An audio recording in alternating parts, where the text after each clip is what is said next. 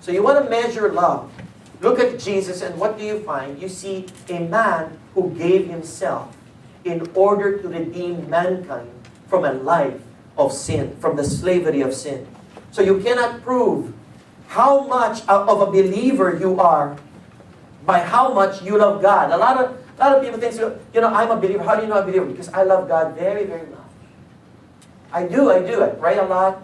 I read the Bible a lot. I try to do things. This is how I love God. I kind of do a lot of stuff. And because I do a lot of stuff, that means I love God. And so I have God.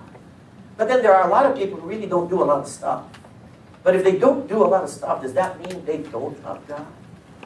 Or that God's love is not in them? So is it just really about doing?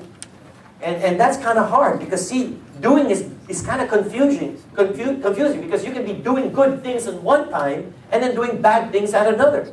So if you're doing good things and then bad things at one another, which one are they going to believe? When you do bad things, I'm not in God. When I do good things, then I'm in God. You can't live this dualist life. There has to be just one consistent understanding of who God is in you. And so rather than measure yourself by what you do, measure yourself by how much of God's love you are experiencing in your life. It's how much, it's not that we love God, but that God loved us. That we can say we are in God.